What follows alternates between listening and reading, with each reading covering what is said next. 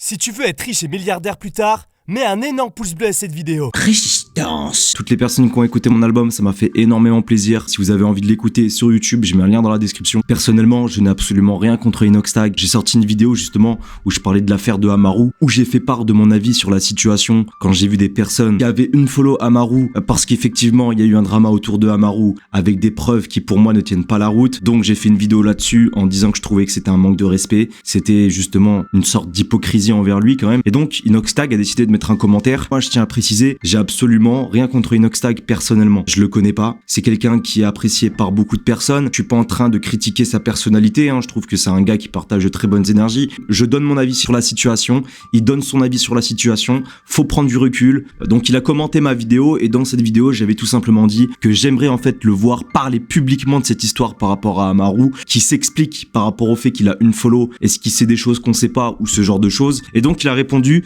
je ne parlerai pas d'Amaru publiquement, si tu veux ma réponse. En parler va créer encore plus d'harcèlement. Je suis pas là pour donner de la visibilité au drama.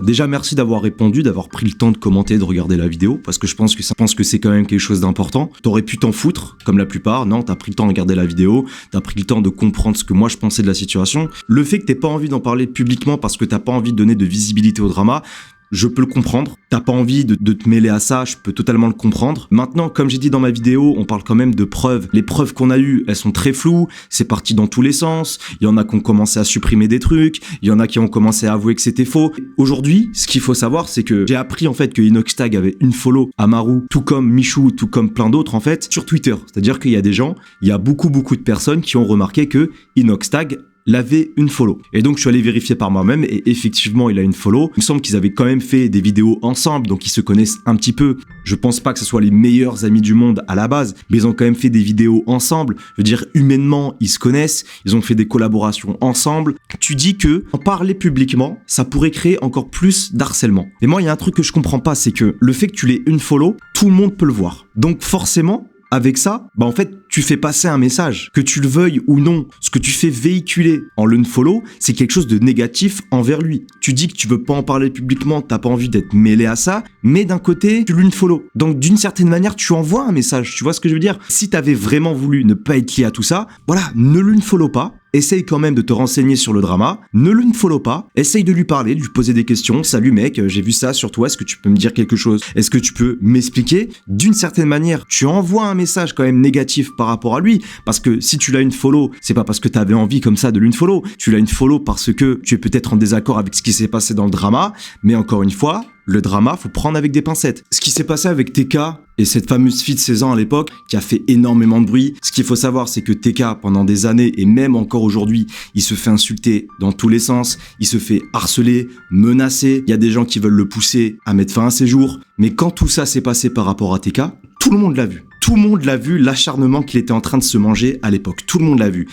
ça soit les insultes, les menaces, ce genre de choses, des tweets à 30 000 likes pour pouvoir l'insulter. Tout le monde l'a vu. Que ça soit des Inoxtag, le bouseux, tout le monde l'a vu. Ce qui m'a dérangé, moi, à l'époque, en fait, c'est que on pouvait être contre sa relation. Il n'y a pas de problème là-dessus. Mais j'ai vu personne faire une vidéo. J'ai vu personne faire des tweets. J'ai vu personne essayer de faire de la prévention par rapport à lui, alors que le mec, il était en train de pleurer avec 10 grammes dans le sang en live. Personne, en tout cas de ce que j'ai vu, personne n'a pris la parole. Pourtant, tout le monde l'a vu.